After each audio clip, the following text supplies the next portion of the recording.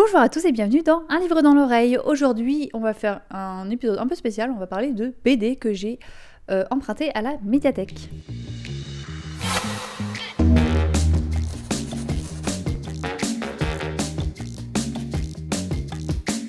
Alors oui, ça va faire la troisième vidéo où je porte le même pull parce que en fait je filme tout dans la même après-midi. Je vais essayer de faire du stock et comme ça je serai à l'heure pour mes publications. Voilà, je suis très fière de moi-même donc je partage ma joie. J'avais envie de parler de BD un petit peu, et non pas de livres audio parce que en fait j'aime bien les BD et pareil j'aimerais bien pouvoir en discuter un petit peu mais bon j'ai pas grand monde autour de moi qui en lit non plus. Et j'avais aussi en même temps envie de mettre un peu à l'honneur les médiathèques parce que en fait les BD moi je trouve que ça se lit quand même très très vite. C'est un support que j'aime beaucoup. Mais en fait, en règle générale, j'en achète pas parce que en une après-midi, on en lit 4. Du coup, je trouve un côté un peu bête où je trouve que c'est pas très rentable. Donc, je suis contente de pouvoir aller à la médiathèque et d'en emprunter plein. J'ai emprunté 4 BD, dont une qui est une série. Donc, il y en a 2 que j'ai bien aimées et 2 que j'ai un peu moins aimées. Donc, je vais parler d'abord de celle que j'ai pas du tout aimée, L'ombre de moi-même. J'ai lu les 3 premières pages et j'ai arrêté parce que j'ai trouvé que c'était... J'ai pas compris, je pensais que j'allais prendre un truc d'humour et en fait c'est pas très drôle et en fait à part se plaindre la personne ne fait pas grand chose. Après j'avais pris parce que j'aimais bien les dessins qui sont tout simples mais voilà, donc moi ça j'ai trouvé ça en fait assez mauvais donc je l'ai même pas lu. Après, il y a en deuxième BD que j'ai pas trop aimé, c'est Le Manoir. Alors sur le principe, l'idée est trop cool. C'est donc une toute petite BD qui est en bichromie, c'est-à-dire qu'il y a du noir et du blanc. Il n'y a pas de texte, c'est que des images. Et donc du coup, sur le principe, je trouve ça trop cool parce que de réussir à raconter une histoire sans mots, avec juste 2 couleurs, c'est vraiment un tour de force. Donc on comprend quand même l'histoire en général, donc là-dessus, d'un point de vue technique, c'est sympa. Après, le problème, c'est que cette bichromie, je trouve qu'à un moment donné, joue un peu à un défaveur parce qu'on perd un peu en lisibilité. Il y a des éléments que j'arrivais pas à distinguer, j'arrivais pas à lire l'image, tout simplement. Et après, en fait, l'histoire est un peu glauque, donc j'ai été un peu... surprise, voilà. Je m'attendais pas forcément à ça. Donc voilà, donc ça c'est un petit passage, voilà. Donc là ça va, là on est sur des images qui sont plutôt claires. Après on est sur des images très très sombres.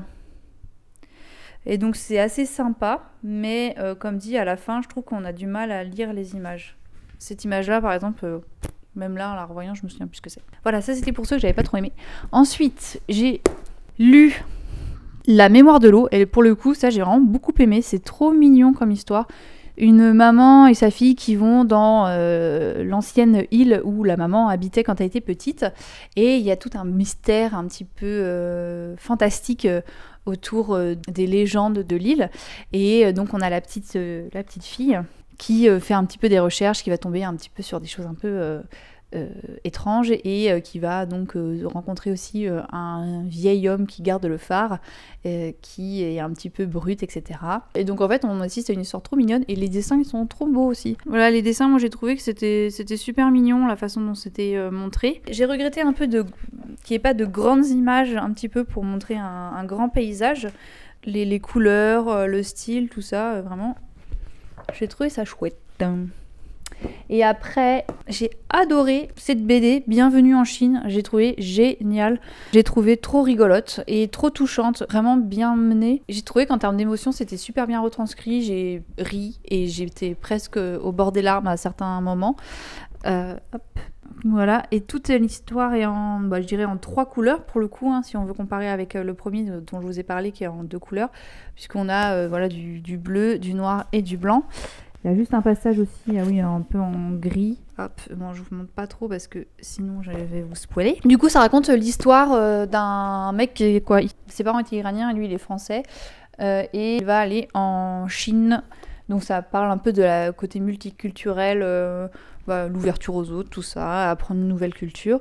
Et toutes les différences de culture qu'il y a entre chaque pays, les différences de comment se tenir en société, les choses qu'il faut faire, les choses qu'il ne faut pas faire, les choses qui peuvent nous paraître absurdes dans un sens et qui finalement nous renvoient sur la propre absurdité parfois de codes sociaux, c'est assez sympa. Et ce qui est intéressant, c'est que du coup, la Chine, c'est vraiment un monde qui est complètement à part, avec beaucoup de traditions aussi, et du coup, qui a un rapport aux autres qui est assez différent de l'Occident. Et donc, c'est super bien rendu, et franchement, j'ai trouvé génial, vraiment super livre. J'étais trop déçue de le finir, voilà. Et j'ai un petit peu envie de l'acheter pour l'avoir pour moi parce que ça m'embête de le rendre à la médiathèque parce que je le trouve trop cool. Et sinon, du coup, je suis repassée à la médiathèque tout à l'heure et j'ai emprunté Elma, une vie d'ours. J'ai pris juste parce que je trouvais que la couverture était trop belle. Et franchement, les dessins sont trop beaux. Voilà, les dessins ont l'air trop jolis, trop mignons. J'ai trop envie d'essayer de les refaire. Et quand je suis passée pour l'emprunter, sur le passage de la borne, là, la dame m'a dit « Ah, vous allez voir, c'est super, l'histoire, elle est trop mignonne, machin. » Donc j'ai hâte de découvrir ça. Eh bien, c'était une superbe histoire. J'ai vraiment adoré. J'en ai même fait une petite broderie qui est en cours et qui prend un temps monstre. Mais voilà, c'était une histoire très touchante. Et j'ai même versé ma petite larme à la fin. Il est dit que l'histoire est plus faite pour les enfants de 7 à 10 ans, voire 11 ans. En toute honnêteté, en tant qu'adulte, j'ai trouvé qu'elle marchait aussi très très bien. Donc moi, je la conseille fortement. Voilà.